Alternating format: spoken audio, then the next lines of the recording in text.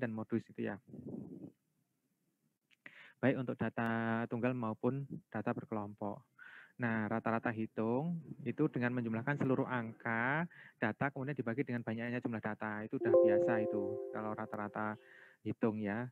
Kemudian beberapa rata-rata yang dipakai itu ya rata-rata yang umum kita gunakan, rata-rata hitung itu arithmetic mean. Jadi rata-rata aritmetik sebetulnya, rata-rata hitung itu. Nah, kemudian ada juga rata-rata ukur, geometrik, dan rata-rata harmonis. Ya tentunya masing-masing dari rata-rata itu juga mempunyai kelebihan dan kekurangan. Artinya ada penggunaan-penggunaan yang supaya lebih tepat gitu loh. Kapan kita menggunakan rata-rata hitung, kapan menggunakan rata-rata ukur atau rata-rata harmonis. Yang umum memang rata-rata hitung gitu kan. Umumnya itu kita menggunakan rata-rata hitung. Karena sebenarnya rata-rata hitung itu ya kalau data-data yang biasanya kita olah ya sebetulnya data-data yang bersifat yang tinggal mencari rata-ratanya secara langsung gitu. Nah itu, kemudian sifat dari rata-rata hitung itu, jadi jumlah deviasi itu adalah selisih dari suatu kelompok, nilai terhadap rata-ratanya itu ya nol, ketika dijumlahkan ya nol gitu kan selisihnya, terhadap rata-ratanya ya, pasti ketika dijumlahkan itu nol.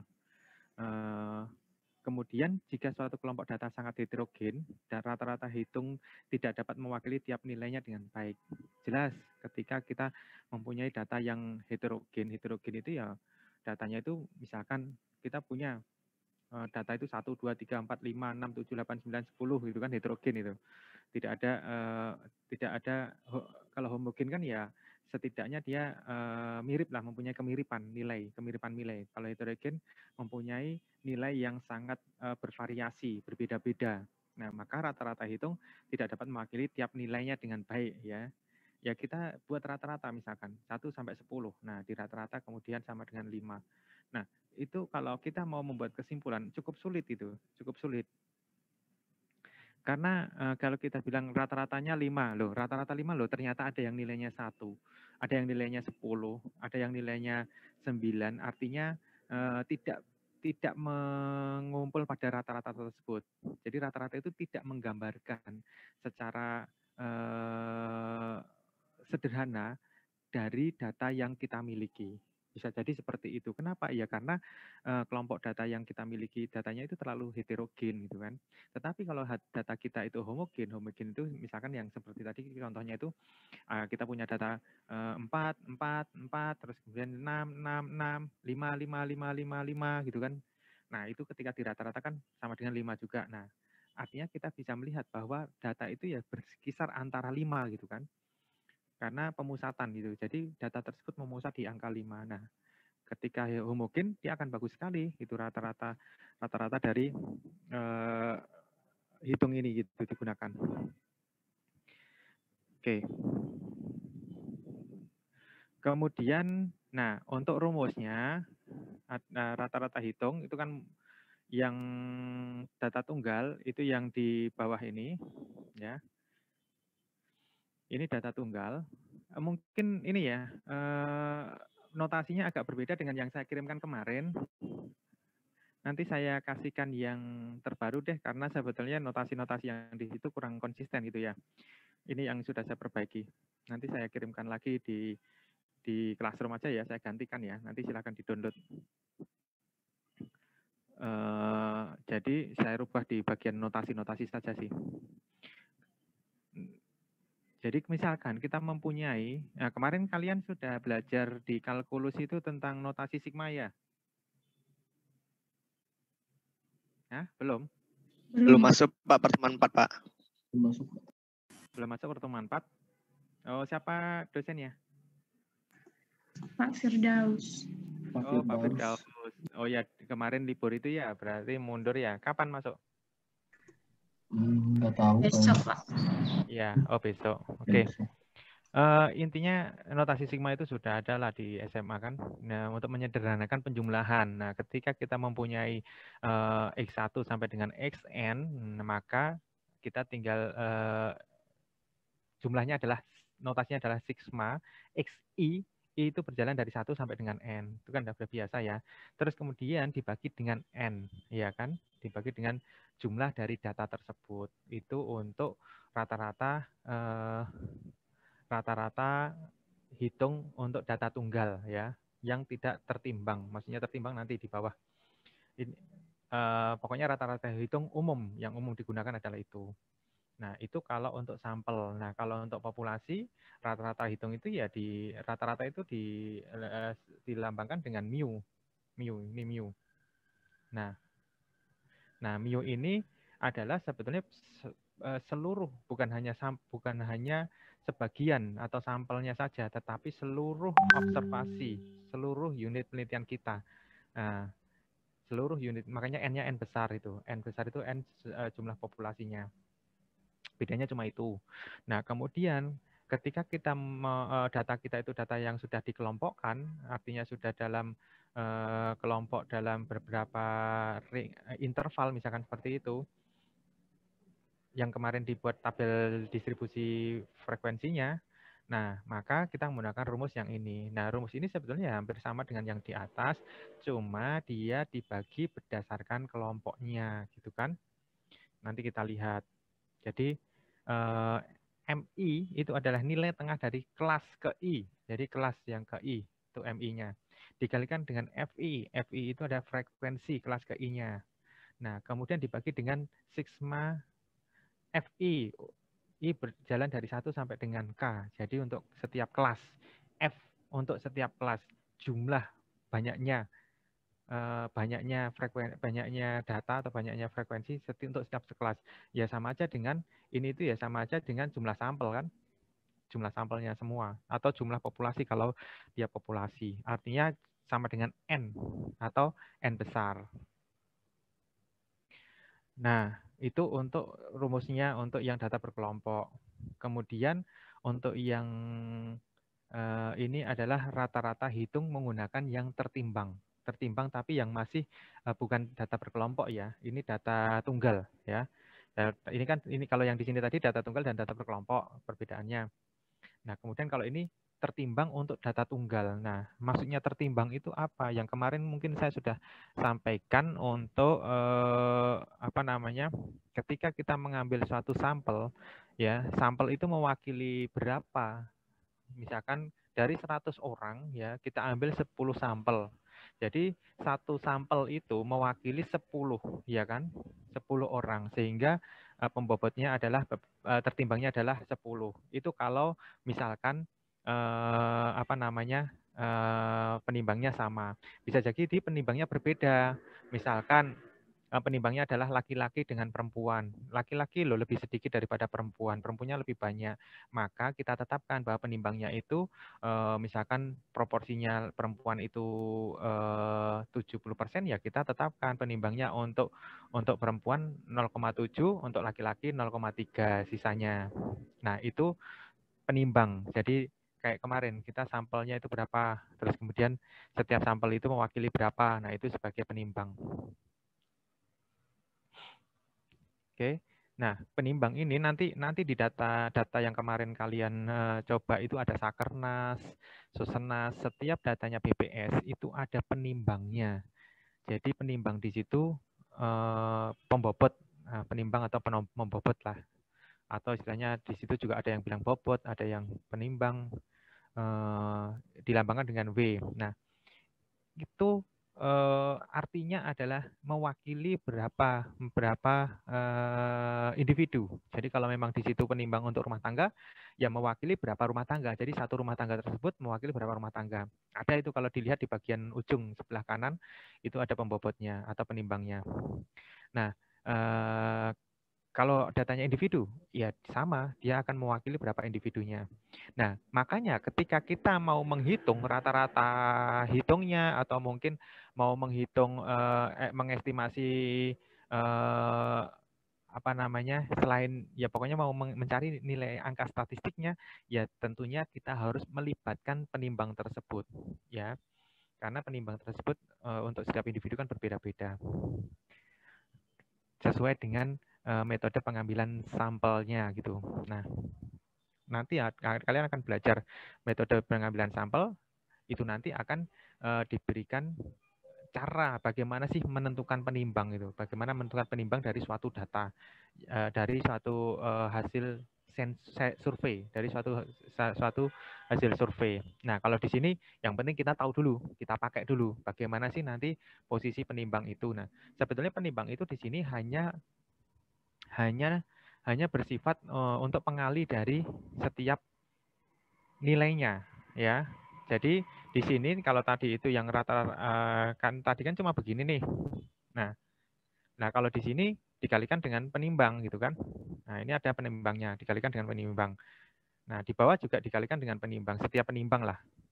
Jadi WI, sigma WI, I itu berjalan dari 1 sampai dengan N, yaitu sebetulnya total dari populasi itu. Total dari populasi.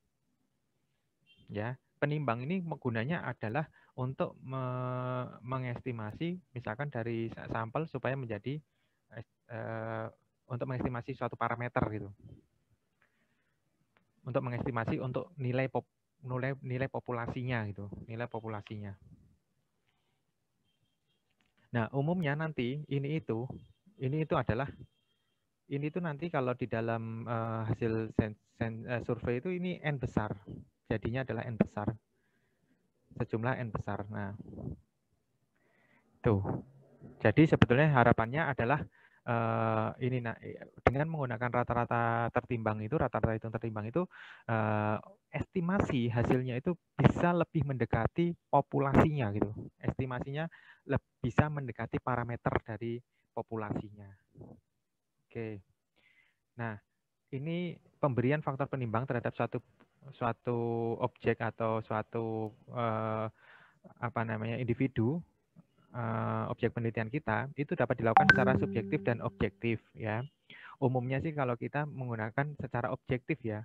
Jadi memberikan pembobot berdasarkan data lain sebagai informasi tambahan. Seperti apa? Ya termasuk ketika metode sampel yang kita gunakan apa, terus kemudian dari jumlahnya berapa, misalkan dari contohnya gini, kita mau ngambil satu sampel dari suatu provinsi. Nah, di dalam provinsi loh ada 38 kabupaten kota, misalkan di Jawa Timur.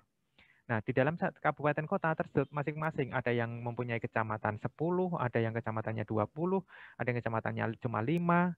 Nah, di situ kemudian ada kita mau ambil dari setiap kecamatan berapa responden gitu. Nah, disitulah ada tingkatan-tingkatan proporsi ya, sehingga ketika kita menentukan pembobotnya itu diperhitungkan gitu. Jadi itu diperhitungkan. Nah, umumnya BPS melakukan seperti itu. Nanti akan kalian pelajari di metode pengambilan sampel, metode pengambilan contoh.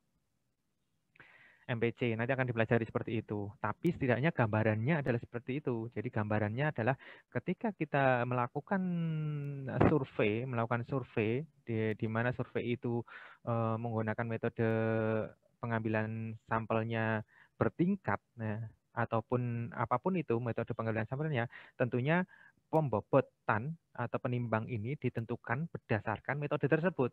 Nah, itu disebut sebagai objektif ya, karena ada informasi tambahan yang lain yang digunakan. Jadi sesuai dengan objeknya. Nah, kalau subjektif itu memberikan pembobot berdasarkan cara pandang masing-masing orang. Gitu. Ini suara motor di sebelah kedengaran nggak nih?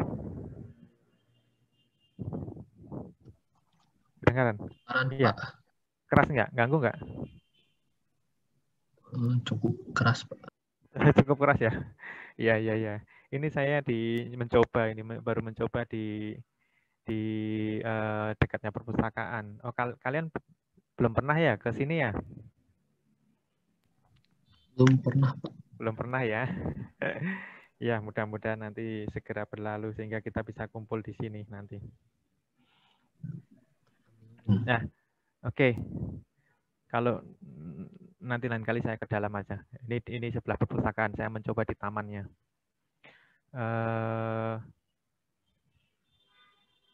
Oke, itu untuk yang rata-rata hitung tertimbang ya. Nah, kita lihat dulu. Nah, ini misalkan contoh untuk yang secara objektif. Sebagai contoh gini, ada seorang konsumen itu membeli 4 jenis barang kebutuhan pokok. Ada beras, gula, garam, minyak goreng, ya. Data kuantitas atau jumlah dan harga per kilogramnya untuk masing-masing barang sebagai berikut. Itu ada harganya.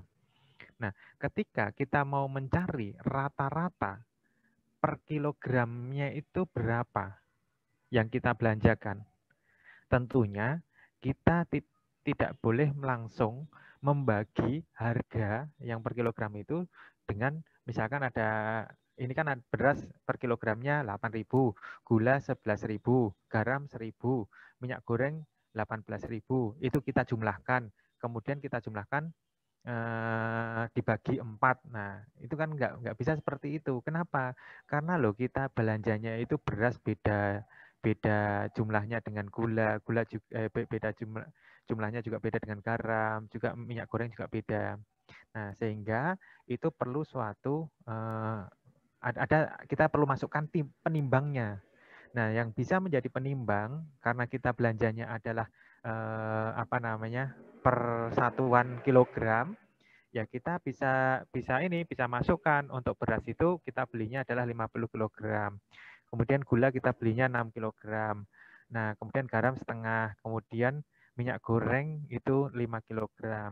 Nah, sehingga total yang kita belanja itu ada 61,5 kg. Nah, dari 61,5 kg tersebut, uang yang kita belanjakan itu adalah 556.500 ya. Nah, oleh karena itu dari uang yang kita belanjakan itu dibagi dengan timbangan, maka itu adalah rata-rata belanja kita per kilogram.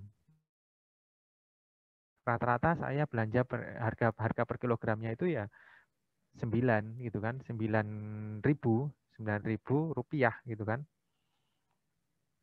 Nah, ini untuk contoh gampangannya gitu kan. Tetapi kalau memang yang kondisi realnya ketika kita mempunyai mungkin data di Sakernas kemarin, di sebelah ujung kanan itu ada pembobotnya sama penimbangnya.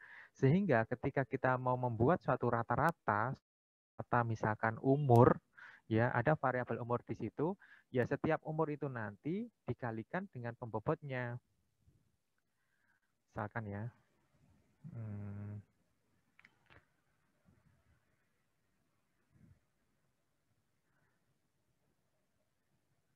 Nah, ini kan kemarin itu kita punya individu ya. Ini nomornya misalkan nomor individunya 1, 2 sampai dengan ke N. Nah, kemudian kita juga ada nama dan lain-lain, terus ada umur misalkan. Nah, umurnya ini ada yang 17, ada yang 12 misalkan, terus kemudian ada yang 13 misalkan, atau 10 lah. Nah, kemudian di sini ada pembobot ya. W-nya. Nah, pembobotnya itu dia itu satu orang ini mewakili bisa jadi 5,5 misalkan. Ada yang mewakili 6,5. Kenapa kok dia mewakili begini? Ya karena dia mewakili daerahnya itu berbeda dengan daerah yang lain. Loh di daerah sana itu cuma dia kenapa besar? Karena dia lebih sedikit di situ kan. Di sini bisa jadi mewakili 11,7 misalkan. Nah, ini ada penimbangnya. Nah, sehingga ketika kita mau mencari rata-ratanya, ya ini umurnya kalikan W-nya. Nanti W ini dijumlahkan. Nah, dijumlahkan misalkan W-nya ada 100, ya. Ini umur kalikan W, gitu kan. 17 kalikan 5,5 berapa misalkan.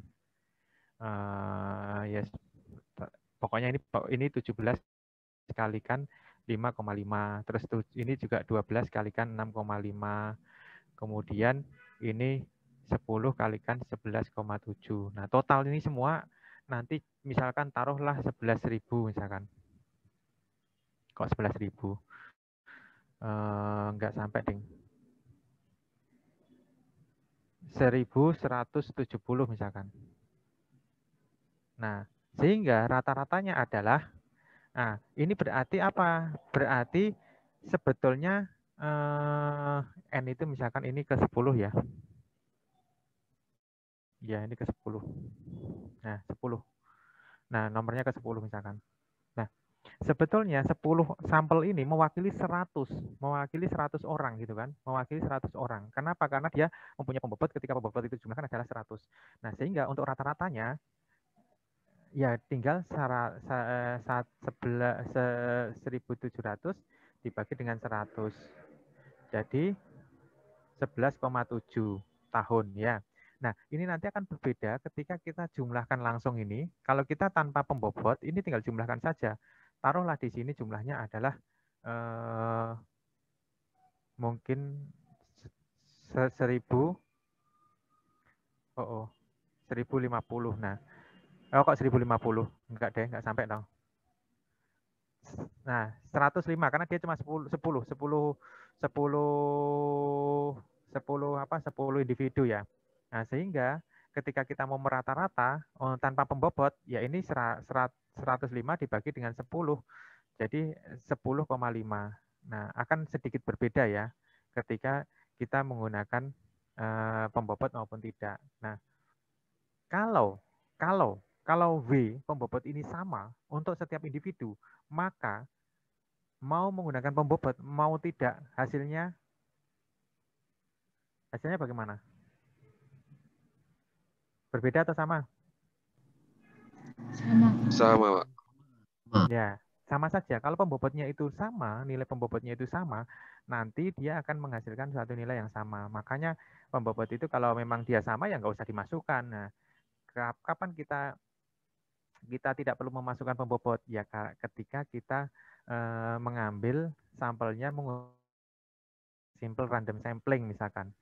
Jadi ya ini simple aja. Jadi 100 ini dari 100 orang kita ambil 10. Jadi satu orangnya mewakili 10 gitu tanpa ada pengelompokan atau proporsi untuk setiap kelompok misalkan. Ya sudah, kalau begitu kita nggak perlu menggunakan rata-rata penimbang ya, nggak perlu. Kenapa? Ya karena metode sampelnya seperti itu. Nah, ketika nanti kita menggunakan metode sampel yang lebih kompleks, misalkan itu 2 step atau 3 step yang seperti tadi saya bilang, dari provinsi itu kita ambil kabupaten dulu, dari kabupaten kita ambil kecamatan, dari kecamatan kita ambil individunya. Nah, setiap step itu mempunyai penghitungan untuk pembobot sendiri-sendiri. Ya, sehingga nanti pembobot akhirnya akan diperoleh. Dan pastinya nanti setiap individu akan mempunyai pembobot yang berbeda. Ya, ketika begitu, ya kita harus menggunakan pembobot penimbang sebagai pengolahan data selanjutnya. Apakah itu menghitung rata-rata dan yang lain-lain semuanya, termasuk nanti regresi pun ketika itu di situ ada penimbang di dalam data kita, jangan lupa itu harus dimasukkan itu ya, dimasukkan di dalam modelingnya. Ya, itu gunanya untuk penimbang. Sekalian saya jelaskan penggunaan untuk penimbang berikutnya. Jadi jangan lupa gitu kalau data-data hasil surveinya BPS itu pasti semua ada penimbangnya. Kalau yang sensus ada nggak penimbang?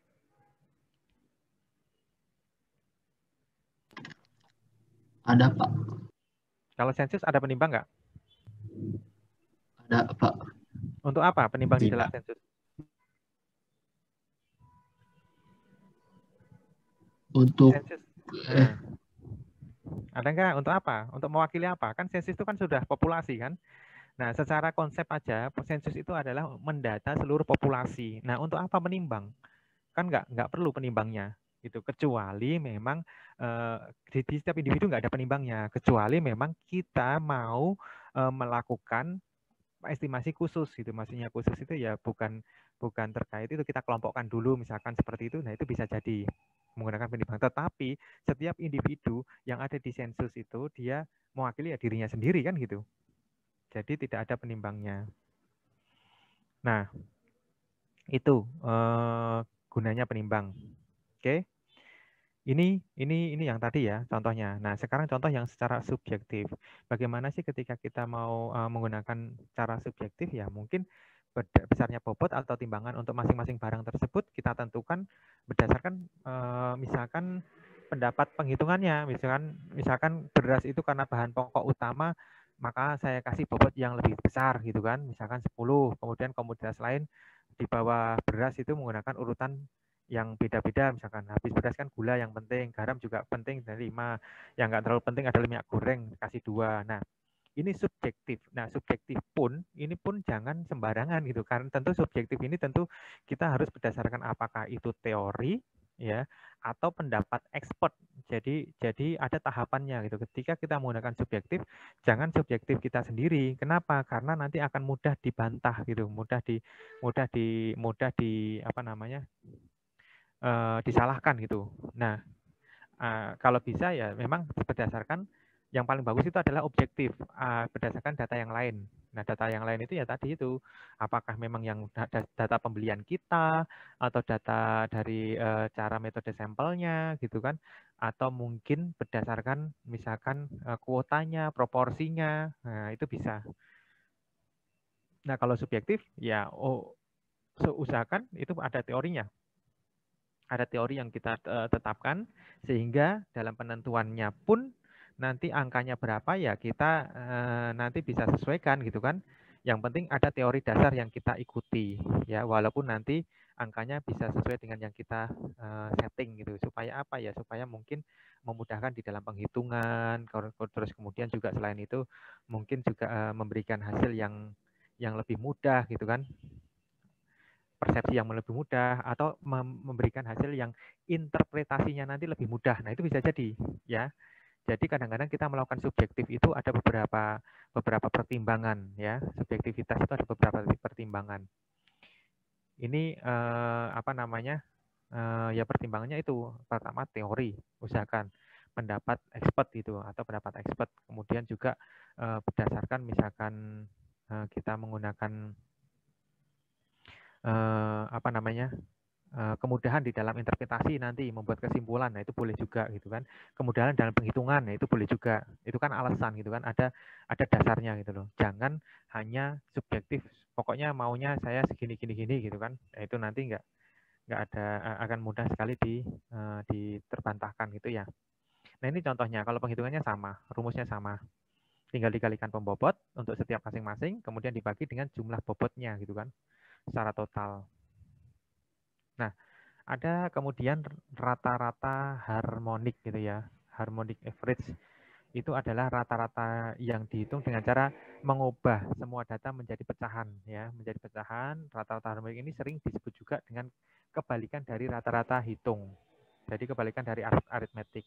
Nah, ini baik digunakan jika data yang ada ya, populasi atau sampel mempunyai beberapa pencilan. Pencilan itu outlier. Outlier itu yang datanya itu nyeleneh sendiri itu.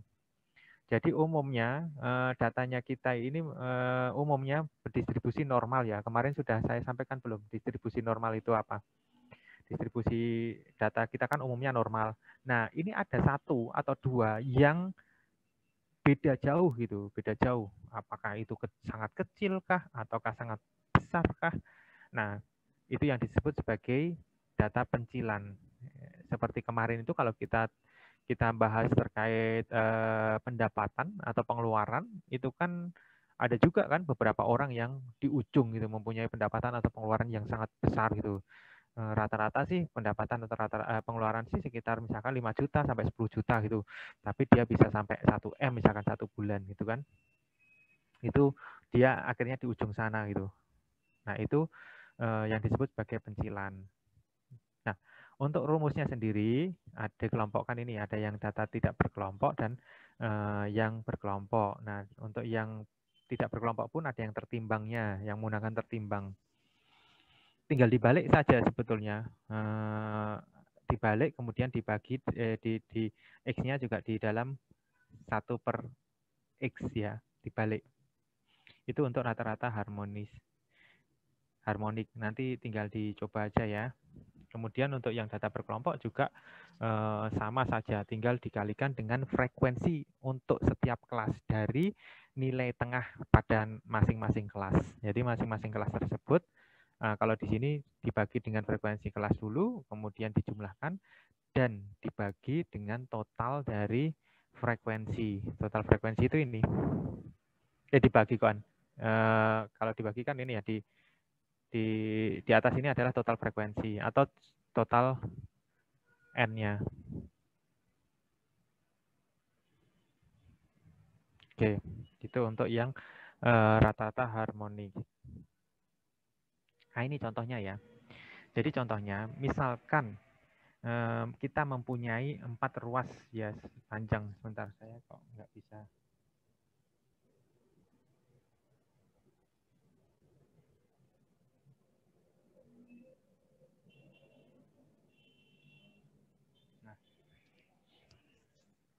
Nah, kita mempunyai 4 ruas jalan gitu, 4 ruas jalan yang masing-masing itu 10 km ya. Nah, kita mengendari motor itu untuk 10 km pertama itu 100 kecepatannya kita 100 km per jam. Nah, kemudian yang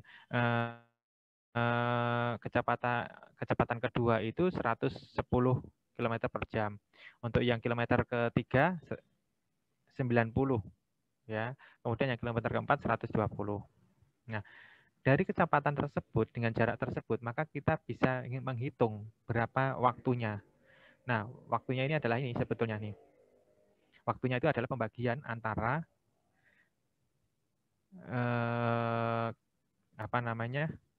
jarak dibagi dengan kecepatan ya. Jarak dibagi dengan kecepatan itu menjadi waktu yang dibutuhkan untuk masing-masing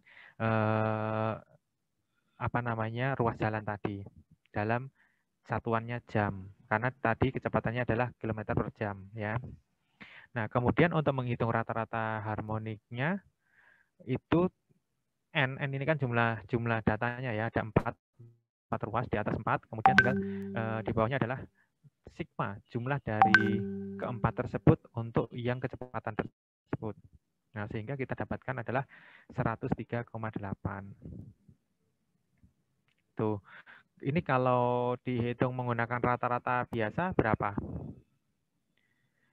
Rata-rata biasanya berapa? Kalau menggunakan rata-rata aritmetik. Ini tambah ini berapa? 200, 300, 300, 440 ya? Totalnya 440 ya? 440 dibagi 4 ya? Berarti berapa? 105. Ya, 105 km per jam. Nah, berbeda sedikit kan? Nah, berbeda sedikit. Nah, kalau ini nanti ini kan ada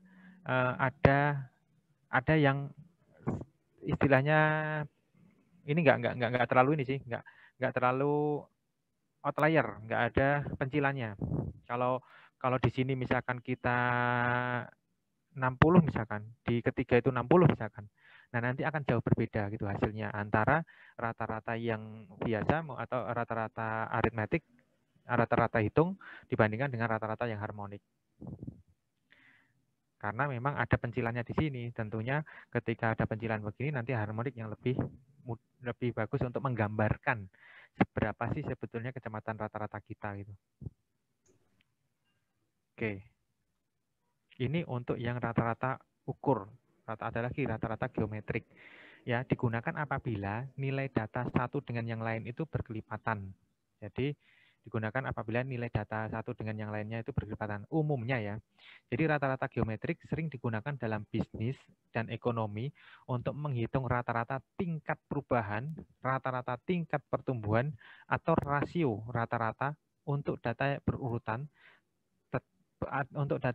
tetap atau hampir tetap, atau untuk rata-rata kenaikan dalam bentuk persentase. Jadi ketika kita mau membuat rata-rata, yang kita rata-ratakan itu bukan angka sebenarnya, tetapi dia merupakan suatu penghitungan. Maksudnya penghitungan itu apakah itu tingkat perubahan. Kalau tingkat perubahan kan pasti perubahan itu kan nilai sesudah dikurangi nilai sebelum kan gitu. Apakah dibagi dengan sebelum, berarti itu kan menjadi pertumbuhan kan gitu. Jadi nilai-nilai yang rata-rata geometrik itu digunakan di dalam menghitung rata-rata dari suatu indikator gitu. Umumnya indikator ini. Indikator itu ya ada tingkat perubahan, pertumbuhan, rasio gitu kan. Indikator itu maksudnya datanya sudah dilakukan pengolahan sebelumnya atau sudah dihitung sebelumnya menggunakan rumus tertentu, termasuk dengan rata-rata kenaikan gitu dalam bentuk persentase. Nah, umumnya digunakan untuk itu. Sehingga ketika kita mau menghitung rata-rata pertumbuhannya berapa sih gitu. Ya, ini yang lebih bagus digunakan gitu, geometrik. Tetapi kalau rata-rata PED PDRB misalkan. PDRB itu ada yang tahu PDRB? Kemarin sudah ya dibahas ya. Rata-rata PDRB di suatu kabupaten kota, di beberapa kabupaten, di semua kabupaten kota di Provinsi Jawa Timur misalkan. Ya kita menggunakan rata-rata hitung biasa, tetapi ketika kita mau melihat rata-rata pertumbuhannya, nah ini lebih tepat menggunakan yang geometrik. Ya walaupun tidak menutup kemungkinan boleh-boleh aja kita menggunakan rata-rata yang lain gitu. Nah, ketika kita menggunakan suatu, yang penting adalah ketika kita menggunakan suatu ukuran statistik ini, salah satu ukuran statistik ini, yang penting itu bisa dipertanggungjawabkan, ya. Maksudnya ada dasarnya gitu. Nah, dan bisa menggambarkan atau menyederhanakan dari data yang kita miliki gitu. Nah, ketika kita menginterpretasikannya itu lebih mudah dan lebih tepat gitu.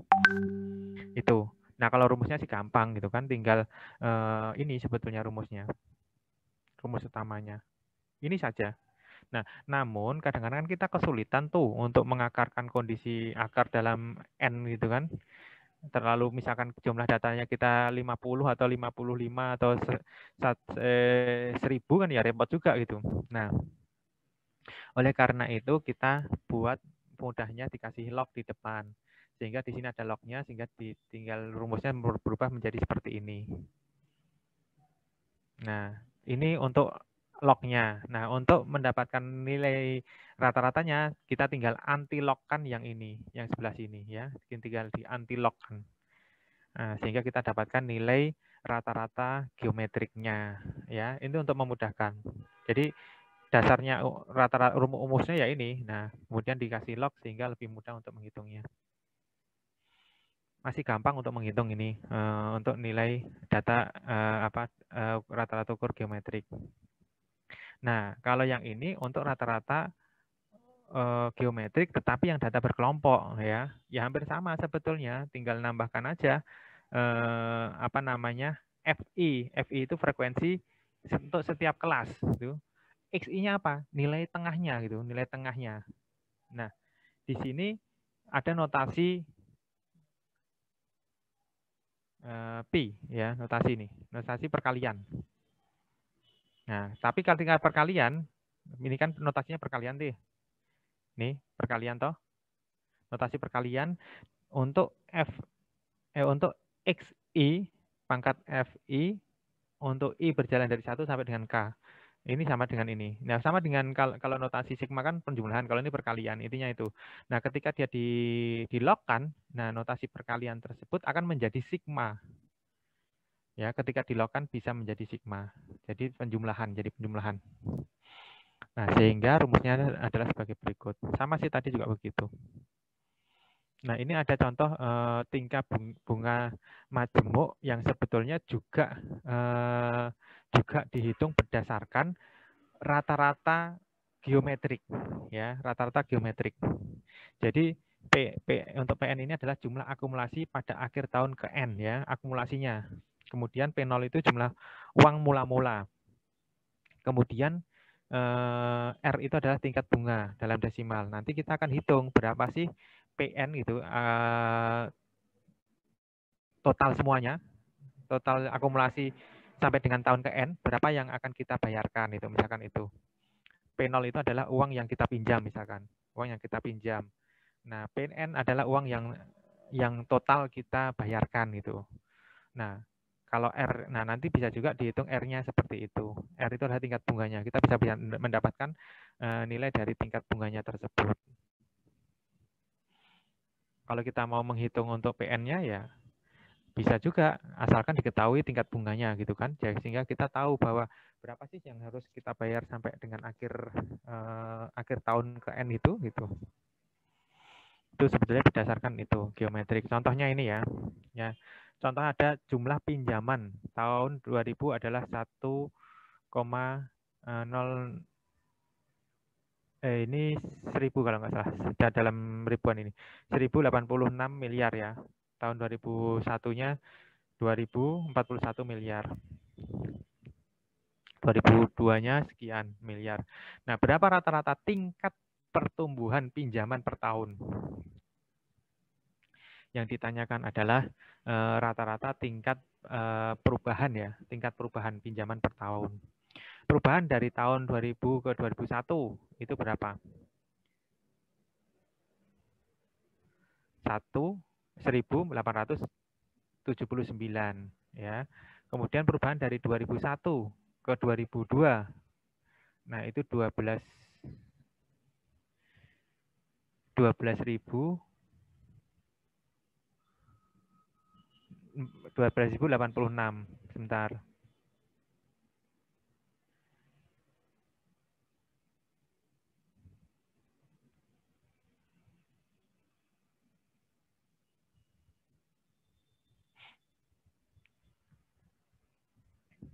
Perubahan dari 2000 ke 2001. Berarti ini dikurangi ini ya.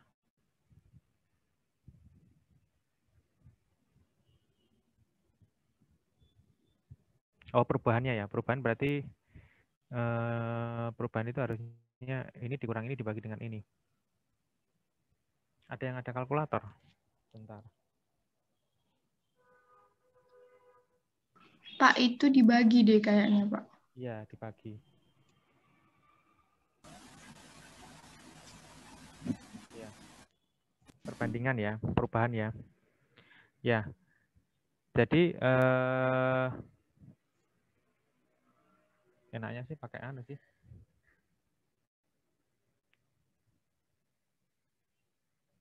Ya, betul dibagi. Nah, ini adalah perbandingannya ya. Perbandingan antara pinjaman sebelum perubahannya kan sebetulnya yang satunya adalah 1 koma ya, berarti ini koma ya. Kan harus kalau pembagian koma ya. Kan ini mungkin nggak konsisten dengan ininya apa. Kita anggap aja koma lah, ini di atas juga koma. Ya, berarti bukan ribuan ya. Jadi untuk yang tahun 2000 itu adalah 1,086 miliar. Untuk 2001-nya 2,0441 miliar ya. Kemudian 2002-nya 24,669 miliar. Nah, kemudian jadi rata-rata tingkat perubahan pinjaman per tahun itu yang ditanyakan. Nah, maka kita hitung dulu perubahannya dari tahun 2000 ke 2001. Nah, itu adalah 1,879 perubahannya ya, nggak pakai satuan miliar kan perubahannya dari 1,879 perbandingannya. Kemudian dari 2001 ke 2002 itu 12,086. Nah, kemudian sehingga ketika kita mau menghitung rata-rata tingkat perubahan pinjaman per tahunnya, ya kita tinggal ganti aja per N-nya berarti kan 2 kan. 2 perubahannya kan ada 2 tuh, walaupun 3 titik. Di 3 titik data itu kan ada 2 perubahan, yaitu perubahan di tahun 2000 menuju ke 2001 dan perubahan di tahun 2001 menuju ke 2002. Nah, dari situ kita menghitungnya kalau menggunakan rata-rata hitung kan tinggal dijumlahkan tuh 13,9 sekian kan, dibagi 2 sekitar berapa? 6, lebih kan? 6, lebih. Nah, kalau menggunakan rata-rata ini geometrik, maka akan diperoleh 4,765 untuk perubahannya. Nah, kenapa kok lebih kecil ya, lebih kecil? Ya, karena sebetulnya ini perubahan jadi perubahan pinjaman per tahun untuk tingkat perubahannya. Untuk tingkat perubahannya, ya, rata-rata untuk tingkat perubahan. Makanya kita menggunakan yang geometrik. Ya, sebetulnya kita bisa juga menggunakan rata-rata hitung, tetapi akan lebih pas ketika yang kasus seperti ini kita menggunakan rata-rata geometrik, karena yang kita hitung rata-ratanya adalah tingkat perubahannya, bukan rata-rata pinjamannya ya. Kalau rata-rata pinjamannya ya kita tinggal jumlahkan ketiganya, terus kemudian dibagi dengan 3 kan gitu. Kemudian ini untuk contohnya, contoh untuk rata-rata geometrik. Nah, kalau yang untuk data berkelompok, itu tadi kan data tidak berkelompok ya. Misalkan kita mempunyai interval kelas ya. Interval kelasnya itu mulai dari ada 1, 2, 3, 4, 7 ya, 7 kelas ya. 1, 2, 3, 4, 5, 6, 7. Sampai sini 7. Nah, kemudian ini panjang intervalnya berapa? Kak Satun berapa panjang intervalnya?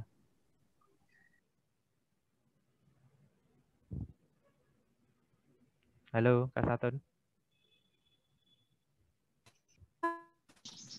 Ya, panjang intervalnya berapa? 13. Iya, 13 ya. Putus ya. Oke. Panjang intervalnya 13. Kemudian kita untuk data per kelompok ini, kita harus mempunyai nilai tengahnya dulu, menghitung nilai tengahnya. Nah, nilai tengahnya untuk interval pertama itu adalah 15. Nah, kemudian frekuensinya. Nah, frekuensinya misalkan dari interval 9 sampai 21 itu ada 3. Kemudian interval 22 sampai 34 itu ada 4 data. Nah, seperti itu dan seterusnya. Total frekuensi atau total N-nya atau jumlah sampel totalnya itu ada 60. Nah, kemudian kita hitung untuk log X-nya. Log X. Kemudian dari log X itu dikalikan dengan frekuensi masing-masing ya, frekuensi masing-masing kelas. Log X itu adalah nilai tengahnya ya. Nilai tengahnya. Ini harusnya log MI ya. Yang ini. Kan gitu ta, kalau untuk data berkelompok.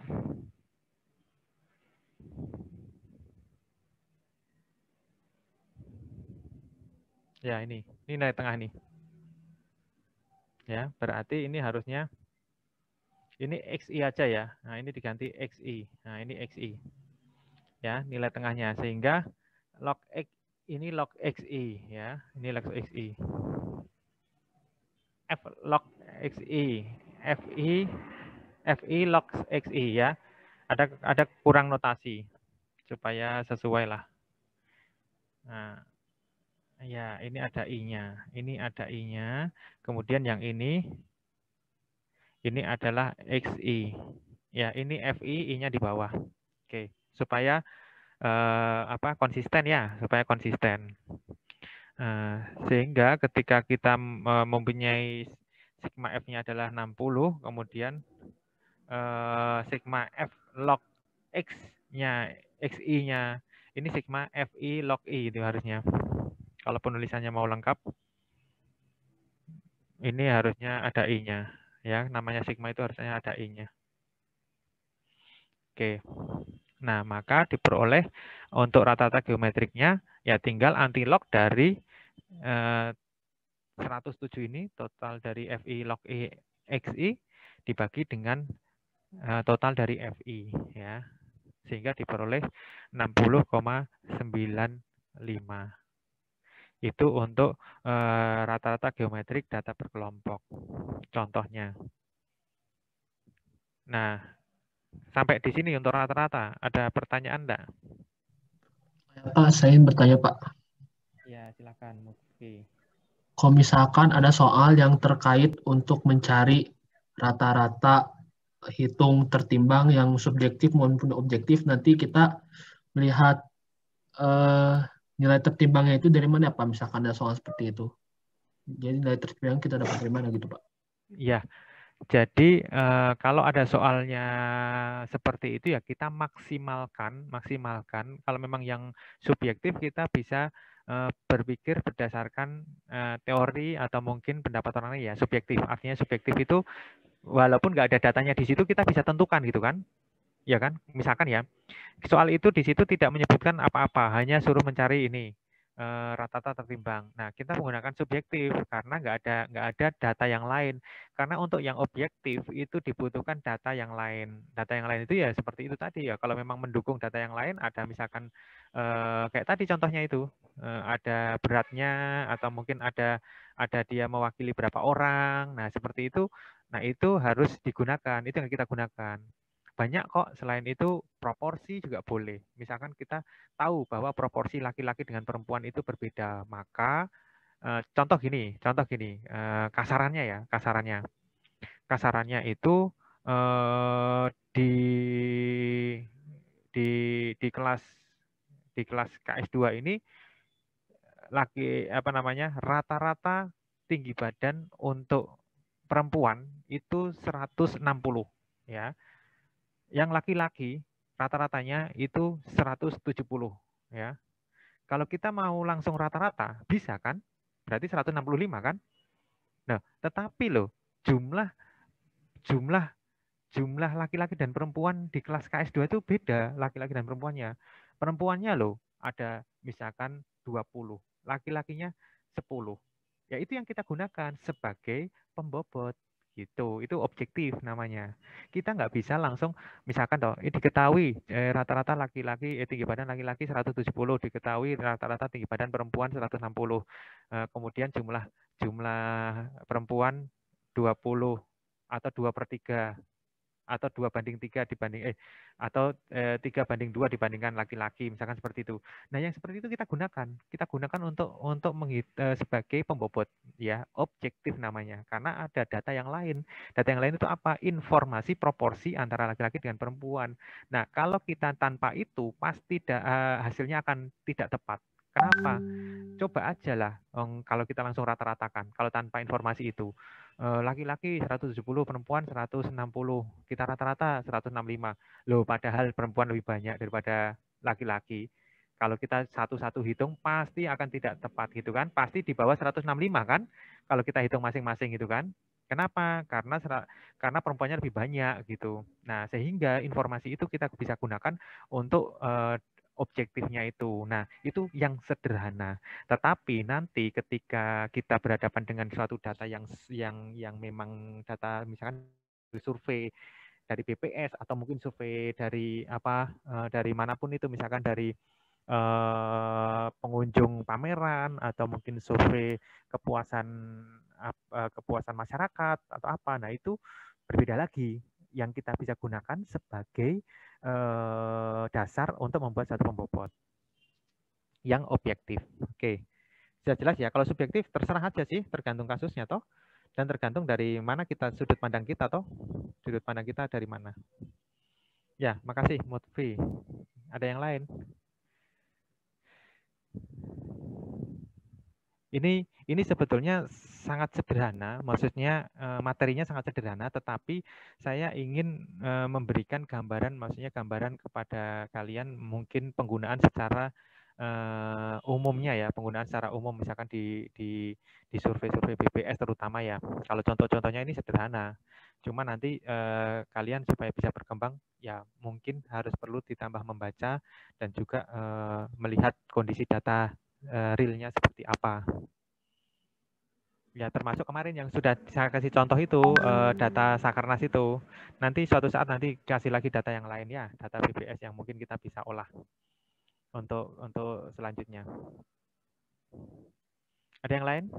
Kalau nggak ada, saya lanjutkan ya. Izin bertanya, Pak. Ya, silakan. Bertanya, Pak. Ya, silakan. Yang tadi mengenai rata-rata harmonik, Pak. Itu ya. Misalkan kalau sama kecilannya yang misalkan di akhir itu jauh, itu harus pakai itu, Pak, yang harmonik. Ya, sebetulnya gini, kalau kita mau menggunakan ya secara umum ya, secara umum rata-rata harmonik itu kita gunakan ketika ada beberapa pencilan gitu kan, ya. Dan hasilnya pun sebetulnya rata-rata harmonik dengan rata-rata hitung juga nggak berbeda ketika nggak ada pencilan. Mungkin nggak terlalu berbeda lah. Tetapi kalau ada pencilan, hasilnya akan sedikit berbeda. Nah, memang harmonik ini salah satu tujuannya itu untuk bisa menggambarkan seperti ini. Nanti kita lihat bagaimana rata-rata hitung ketika dia gagal ada suatu pencilan. Ada nanti di belakang nanti ada. Dia akan memberikan suatu nilai yang tidak kurang pas untuk memberikan gambaran penyederhanaan dari data kita. Nah, nanti akan kita lihat ya. Nah, intinya itu, kalau memang itu data itu banyak pencilannya atau beberapa ada pencilannya, ya ini nanti rata-rata harmonik. Coba nanti ya, kita bandingkan ya, kita bandingkan. Ya, nanti kita lihat aja lah secara visual. Intinya untuk rata-rata harmonik memang digunakan ketika memang ada beberapa pencilan.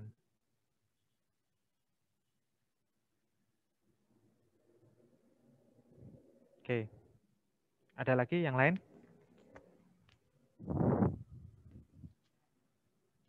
Nggak ada ya? Oke, saya lanjutkan dulu. Nanti ada kok visualisasinya. Kalau nilai tengah, kalau tadi kan rata-rata tuh, nilai tengah itu sudah gampang ya, median itu. Yang penting kita urutkan dulu dari yang terkecil sampai terbesar, baru kita lihat posisinya. Ya, kalau data ganjil jelas, ya seperti ini, ada 7 datanya. Nilai tengahnya ya pasti di tengah-tengah sini kan gitu. Nilai tengahnya. Sebentar, warnanya enggak. Nah, nilai tengahnya ini. Nah, kalau pakai rumus ya sudah, jumlah N-nya berapa, kalau dia ganjil dikurangi dengan 1 dibagi 2, dia akan tepat gitu. Tepat di posisi tersebut, posisi nilai tengahnya. Jadi data diurutkan, mediannya itu adalah K itu adalah posisinya, posisi yang keberapa. Kalau ini misalkan ada 7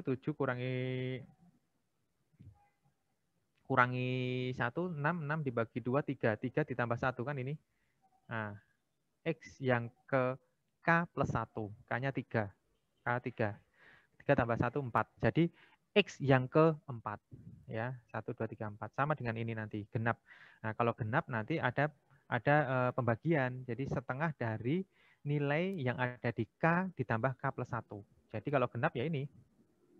Ini ditambah ini, karena kan dia ada 2 tuh nilai tengahnya tuh. Kemudian dibagi dengan 2. Sudah. Tapi tetap diurutkan. Median itu. Nah, kalau data yang berkelompok, bagaimana cara menghitung mediannya? Menggunakan rumus ini. Jadi, kita lihat dulu, menentukan dulu kelas mediannya. Jadi, kita tahu kelas mediannya dulu. Bentar. Nah, kelas mediannya, setelah kita mempunyai kelas mediannya, kita lihat tepi bawah kelas mediannya. Ini adalah tepi bawah kelas median. Ya, tepi bawah kelas median. Kemudian kita lihat interval kelas mediannya. Jadi setelah kita tentukan interval, kita tahu intervalnya, kita dapatkan intervalnya ya. Kemudian N itu adalah jumlah frekuensinya, total, secara total, F0 itu frekuensi kumulatif sebelum mediannya, ini sebelum mediannya. Kemudian FME itu adalah frekuensi di kelas tersebut, kelas median yang kita tetapkan tadi. Itu untuk data berkelompok. Nah, contohnya ini. Ketika kita mau menghitung untuk median data berkelompok. Misalkan jumlah frekuensi totalnya adalah 100, jadi datanya itu ada 100 ya. Setengah dari nilai observasi kan 50 tuh. Ya, jadi median itu adalah pada observasi yang ke-50. Nah, observasi yang ke-50 itu posisinya di mana? Ya, posisinya di mana? Ternyata dia terletak pada kelas ketiga, yaitu ini. Posisi 50. Kenapa kok posisi 50? Nah, ini loh. Nah, posisi di 50 kan ada di sini, di antara ini kan, sebelum ini kan. Ini ditambah ini 23, nah 50-nya di sekitar sini kan gitu. Nah, setelah kita mendapatkan apa namanya? kelas ya, kelas yang mencakup mediannya, maka kita hitung nilainya gitu. Nah, kelas mediannya adalah 66 sampai dengan 68. Nah, ini menghitungnya. Batas bawah median yaitu 65,5. Ya, batas kemarin yang batas bawah kan ada yang batas bawah sebenarnya atau yang tertulis kan. Ini yang menggunakan batas bawah sebenarnya ya. Yang digunakan adalah batas bawah sebenarnya. Karena di sini kan antara 65 dengan 66. Jadi batas bawah sebenarnya adalah 65,5 ditambah I. I itu adalah dia terletak pada kelas keberapa. Nah, kelas ketiga. Nah, kemudian dikalikan dengan N dibagi 2 itu 100 bagi 2, 50 dikurangi dengan F0. F0 itu kumulatif sebelum. F0 sampai sini, ini kumulatif sebelum. Kumulatif ya, ini yang kumulatif ya, kumulatif sebelum. Nah, dibagi dengan F ME, frekuensi yang pada median tersebut ini. Nah. Oh, maaf, bukan ini. Bukan yang ini, tetapi yang ini. Nah, ini kan frekuensi yang ada di median tersebut tuh. Nah, kalau ini yang sebelumnya gitu kan. Oke, Jelas ya? Gampang hitungnya. Nah, sekarang modus. Kalau tadi median, nilai tengah, sekarang modus. Modus itu nilai yang frekuensinya paling banyak. Gampang itu kalau kita tinggal lihat aja mana yang paling banyak dari sekelompok data itu muncul berapa kali gitu ya. Nah, suatu distribusi mungkin tidak mempunyai modus ya, atau mungkin mempunyai modus yang lebih dari satu. Bisa jadi distribusi tersebut disebut sebagai unimodal. Unimodal itu mempunyai modus satu ya. Unimodal itu modusnya satu. Nah, kalau mempunyai kalau mempunyai dua modus itu disebut sebagai bimodal. Nah, multimodal kalau mempunyai lebih dari dua modus. Nah, seperti apa gambarannya? Ada nggak ya di sini? Nah, nggak ada. Nah, untuk yang unimodal itu ya, yang begini itu unimodal. Nah, seperti ini unimodal. Nah, apakah dia menceng kiri, menceng kanan, itu unimodal. Unimodal itu dia ujungnya satu. Jadi frekuensinya, kemarin kan sudah nyoba histogram kan? Nah, histogram itu dia di sini frekuensinya paling banyak misalkan di data ini. Di X0 ini dia datanya paling banyak. Inilah yang disebut sebagai modus. Nah, kalau ini unimodal gitu kan.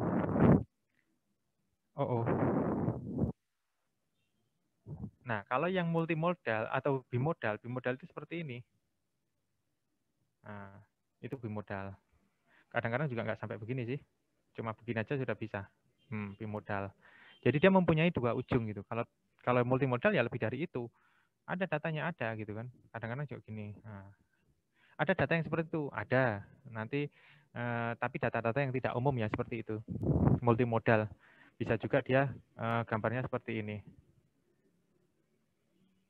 Kok jelek sekali sih.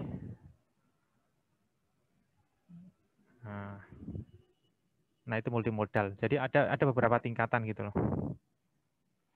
Ada data-data yang seperti itu. Ketika kita buat histogramnya, ya, itu multimodal.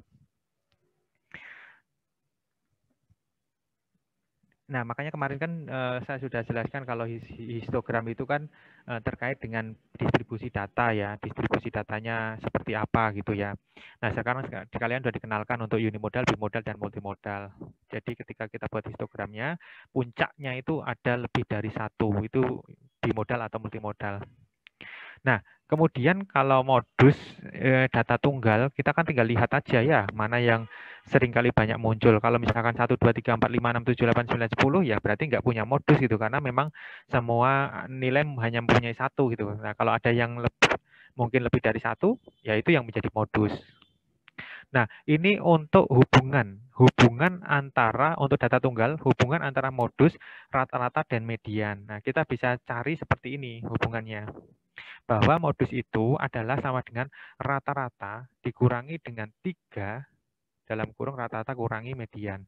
Itu hubungannya, bukan rumus untuk mencarinya.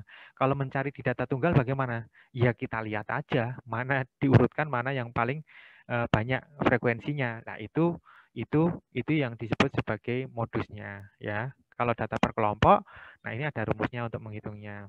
Jadi ada tepi bawah kelas modus, jadi kita kelas modusnya juga tentukan dulu. Nah, karena nanti kita akan melihat tepi bawah kelas modusnya, kemudian juga selisih frekuensi kelas yang memuat modus dengan frekuensi kelas sebelum kelas modus, dan selisih frekuensi kelas yang memuat modus dengan frekuensi kelas sesudah kelas modusnya. Ini untuk data per kelompok. Jadi kalau data tunggal, ya kita tinggal hitung, lihat aja gitu, lihat datanya. Kalau ini kan ini bukan rumus ya. Ini bukan rumus untuk mencari modus data tunggal, bukan ya. Ini adalah hubungan ketika kita mau menghubungkan antara modus, rata-rata, dan median. Data tunggal nggak ada rumusnya. Kita lihat aja, tinggal dihitung aja mana yang paling banyak. Rumusnya seperti itu. Oke. Kemudian ini contohnya ya. Contoh untuk data yang berkelompok. Sama. Jadi kita lihat dulu modusnya mana yang paling banyak frekuensinya. Kelas apa? Ini kan? Karena dia frekuensinya adalah 42. Oke. Nah, kemudian tepi kelas bawah modusnya berapa? 65,5. Yang realnya kan kemarin. Yang sebenarnya itu adalah 65,5. Nah, selisih frekuensi kelas yang memuat modus dengan frekuensi kelas sebelum kelas modus, selisihnya berapa? Ini kurang ini berapa? selisih frekuensi kelas yang memuat modus dengan frekuensi kelas sebelum kelas modus, yaitu 24. Nih 24 ya. Kemudian selisih frekuensi kelas dengan yang memuat modus dengan frekuensi kelas sesudah modus. Ini 15. Oke, 15. Nah, maka kita tinggal hitung ini aja, pakai rumus, masukkan aja gitu kan. Dia itu adalah posisinya di mana. Kemudian ini sudah masukkan aja. Oke, sehingga diperoleh untuk modusnya adalah 67,35.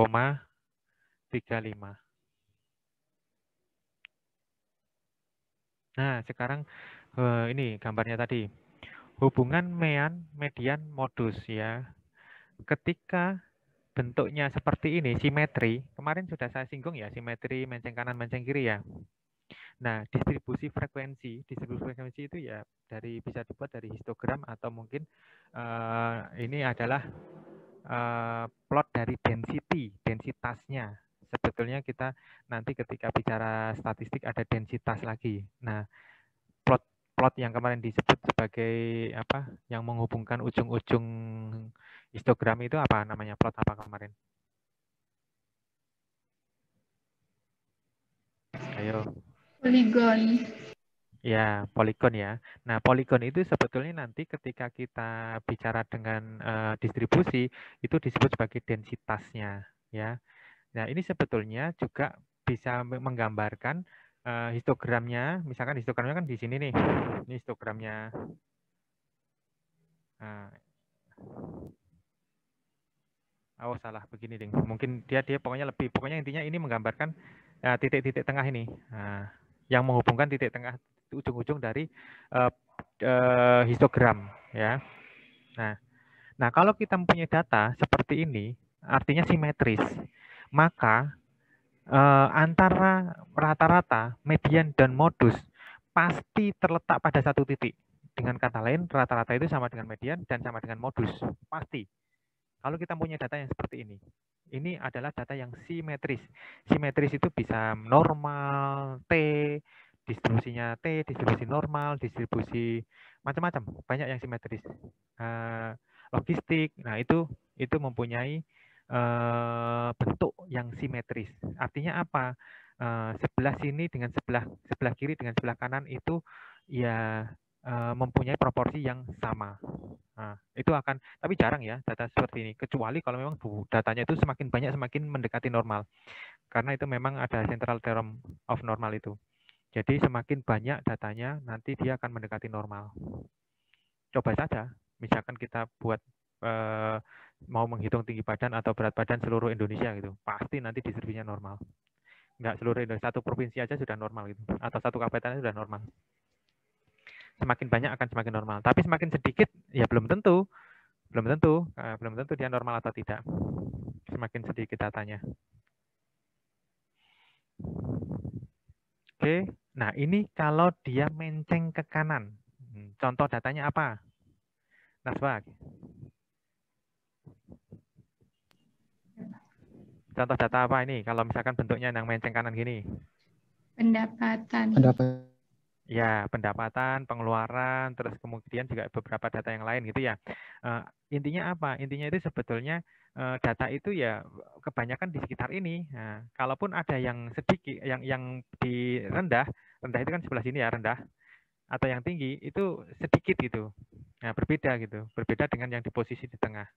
Nah, kalau dia bentuknya seperti ini, ketika kita membuat suatu rata-rata, maka rata-rata itu akan tempatnya di sini, ya. Ini rata-ratanya. Tempatnya di sini. Kenapa? Karena di sini loh ada nilai yang besar gitu kan. Nah, ini misalkan sampai sini apalagi. Nah, rata-ratanya akan geser ke arah yang mencengnya itu. Rata-ratanya di situ. Sedangkan mediannya, nilai tengahnya, pasti dia akan di posisi di sini. Dan modus selalu pada puncak. Kenapa? Karena dia frekuensinya paling banyak. Ya, selalu di puncak. Modus itu selalu di puncak. Ya. Sedangkan median antara median dengan modus. Oke, itu untuk yang menceng ke kanan ya. Nah kalau menceng kiri, nah sama aja, dibalik aja gitu. Modus selalu di puncak, Nah, rata-rata itu akan cenderung geser ke arah kiri. Nah, itu tadi kenapa kok kita memerlukan rata-rata harmonis gitu kan, yang tadi ditanyakan. Jadi, jika distribusi frekuensi yang menceng kiri atau menceng kanan secara negatif, maka ketiga ukuran tersebut secara berurutan adalah nih rata-rata, median, dan modus. Jadi rata-rata sebelah sana gitu. Nah, apakah ini menjadi suatu kelemahan dari rata-rata? Ya, jadi rata-rata itu tidak bukan tidak ya, kurang bagus menggambarkan ya kita gunakan untuk data yang tidak simetris atau tidak apa namanya menceng atau ada pencilannya yang tadi disebut. Ketika ada pencilan, pasti rata-rata itu akan bergeser. Contoh ya, saya mempunyai data gampangannya aja, datanya itu 3, 4, 5, 4 gitu toh, 5 gitu. Terus di sini ada pencilan 10 gitu. Nah 10 ini nanti akan menarik gitu, menarik rata-rata menuju ke 10 gitu. Coba dihitung misalkan seperti itu. Pasti dia akan menuju ke arah 10 kan lebih besar gitu. Seharusnya kalau tanpa 10 ini kan sebenarnya rata-rata ini. Padahal ini loh pencilan itu. Pencilan itu sebetulnya nilai yang ekstrim yang sebetulnya bisa ya kadang-kadang nanti penyelesaian dari pencilan itu macam-macam gitu. Nah, salah satunya ketika kita menghitung rata-rata bisa menggunakan rata-rata harmonis.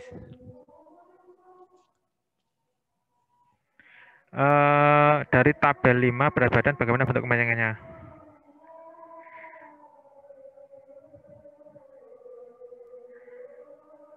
Oke. Sekarang saya pindah dulu ya.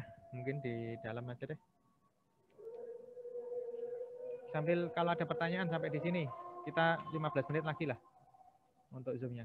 Sebentar saya pindah dulu.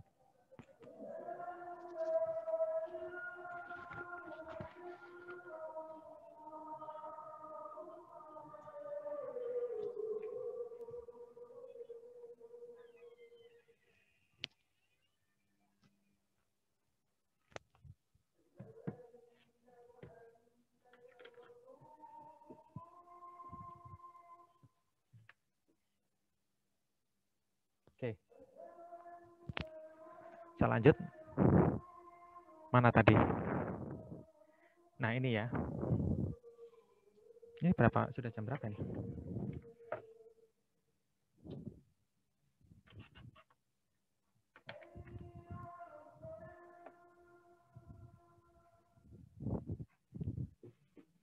Ya.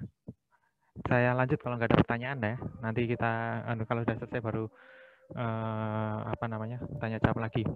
Nah, untuk sekarang tadi ukuran pemusatan, sekarang ukuran lokasi ya posisi kan terkait dengan posisi. Jadi menunjukkan posisi relatif dari suatu nilai terhadap nilai lainnya. Jadi untuk mengetahui ukuran lokasi ini tentunya harus diurutkan dulu dari kecil sampai dengan ke besar.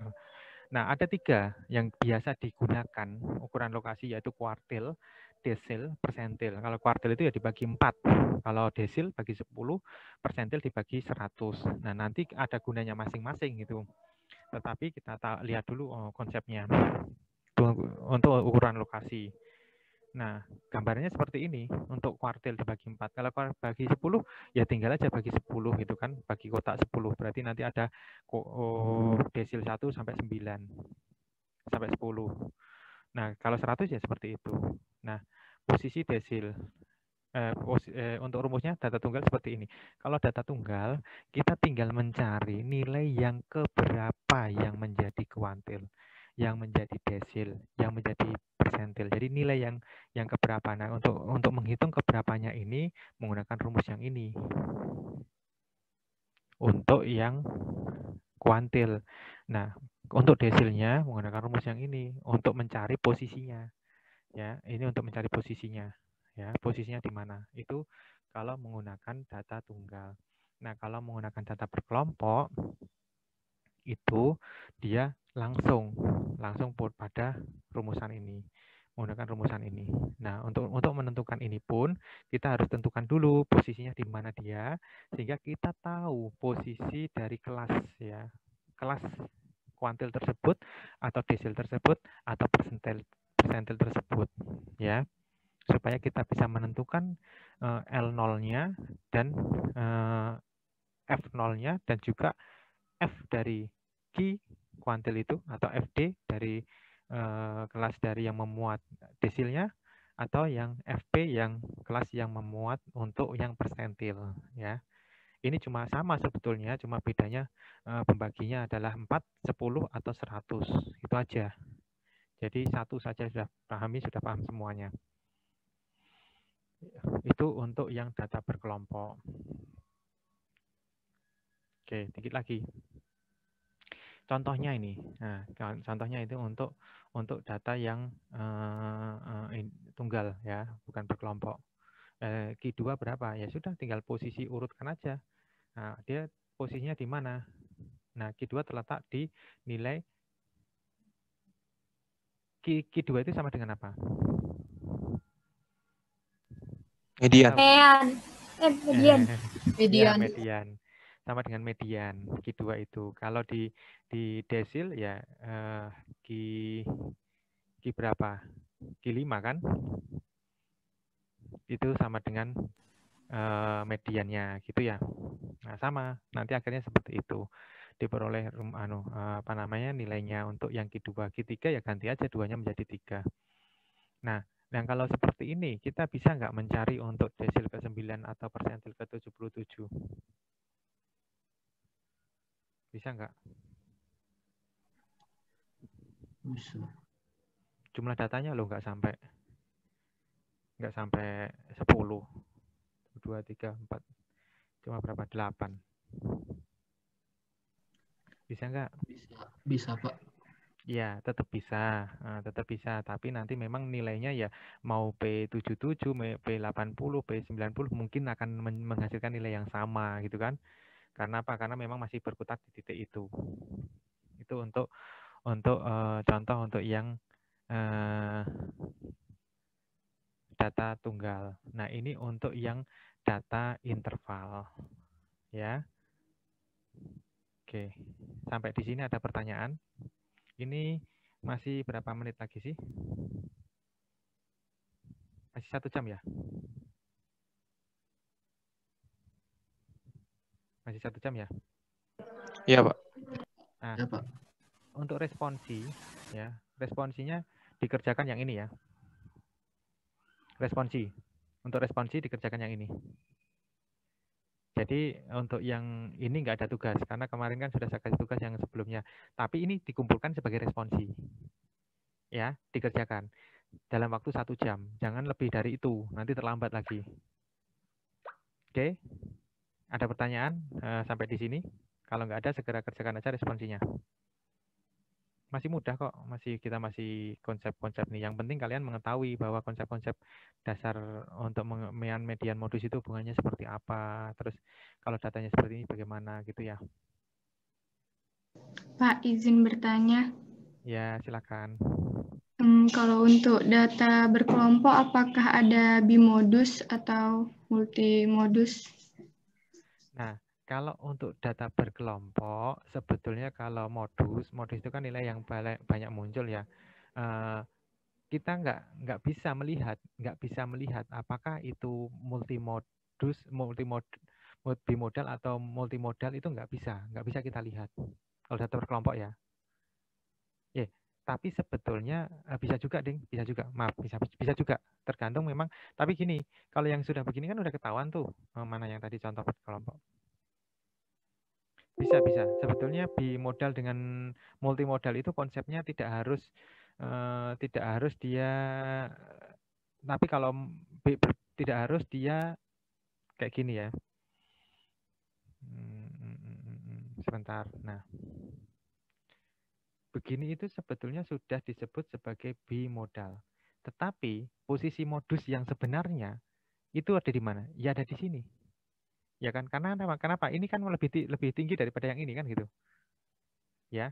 Tapi di dalam distribusi ini disebut sebagai bimodal. Kenapa? Karena ada dua ujung, ya, dua ujung. Nanti kalau dia di dalam pemodelan itu dia bisa menjadi namanya dia nanti adalah mix model. Jadi ada dua distribusi di dalam sini digambarkan. Nah, yang pertama adalah yang ini, yang kedua adalah yang ini. Jadi kalau konsep bimodal, multimodal ini masuk, ya, ini masuk konsep ya, konsep bimodal atau multimodal ini masuk. Tetapi kalau untuk melihat modusnya, untuk menghitung modusnya, kita ambil yang satu ini. Nah, data berkelompok bisa nggak seperti ini? Bisa. Bisa, misalkan kita punya kelompok ini di sini, ya. Data berkelompok kan punya ini juga, bisa dihistogramkan juga kan, ya kan? Bisa dibuat histogram kan, ya kan? Nah, kita buat histogramnya. Ini misalkan dari sini sampai sini, ini 1 sampai 2, 3 sampai 4, misalkan seperti itu. Nah, tetap kayak tadi contohnya. Nah, kita kan kalau menghitung modus pasti yang ini. Tetapi dalam konsep distribusi ini disebut sebagai bimodal. Kenapa? Karena dia ada dua puncak istilahnya, dua puncak bimodal. Tetapi kalau untuk menghitung modus, ya hanya satu. Yang mana? Yang terbanyak. Nah, nanti kita tinggal lihat ini. Contohnya mana? Nah, ini. Misalkan. Nah, ini kan yang terbesar kan ini. Nah, kebetulan ini begini. Nah, kalau dibalik yang 8 ini di sini, yang 27 di sini. Kalau ini kan gambarnya pasti begini nih. Ya kan? Tapi kalau dibalik, yang 8 di posisi ke sana, yang 27 posisi sini, pasti nanti gambarnya begini. Ya kan?